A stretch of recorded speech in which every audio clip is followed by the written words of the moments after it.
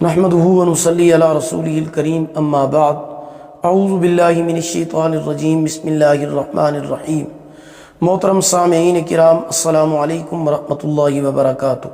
اللہ پاک آپ کی تمام دعاؤں کو، جائز حاجات کو، دلی مقاصد کو پورا فرمائیں، آمین ثم آمین یا رب العالمین۔ آج میں آپ کی خدمت میں جادو شروع ہونے کی 5 علامات کو بیان کروں گا۔ پہلی علامت خیالات کا یکدم تبدیل ہو جانا۔ دوسری علامت بلا وجہ چھوٹی چھوٹی باتوں پر غصہ آنا، حالانکہ پہلے طبیعت میں اتنا زیادہ غصہ بالکل نہیں تھا۔ تیسری علامت چھوٹی چھوٹی باتوں پر چڑچڑاپن اور بیزاری ہونا، حالانکہ پہلے طبیعت ایسی نہیں تھی۔ چوتھی علامت سستی اور کاہلی کا بہت زیادہ بڑھ جانا، حالانکہ پہلے ایسی نہیں تھا۔ پانچویں علامت سر پر بوجھ محسوس ہونا۔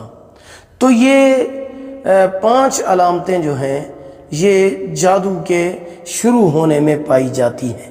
لیکن ایک بات آپ ذہن نشین کر لیں کہ یہ علامات اور مریضوں کے اندر بھی پائی جاتی ہیں، لیکن جن لوگوں میں جادو کی ابتدا ہو رہی ہو ان میں یہ علامتیں زیادہ پائی جاتی ہیں، لہٰذا انسان کے خواب اور دوسری علامات کو دیکھ کر فیصلہ کیا جاتا ہے۔